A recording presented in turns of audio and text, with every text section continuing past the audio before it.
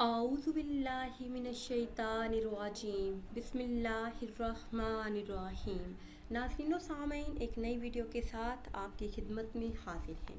آج کی ایک خاص ویڈیو میں بات کریں گے خواب کے اندر لال لباس دیکھنے کے حوالے سے۔ خواب کے اندر لال لباس دیکھنا اگر عورت دیکھے تو اس کے لیے تعبیر ہے کہ اسے خوشی ملے گی اور راحت ملے گی، اور اگر مرد خواب میں لال لباس دیکھے تو یہ خواب خرابی پر دلالت کرتا ہے، باعث پریشانی ہے۔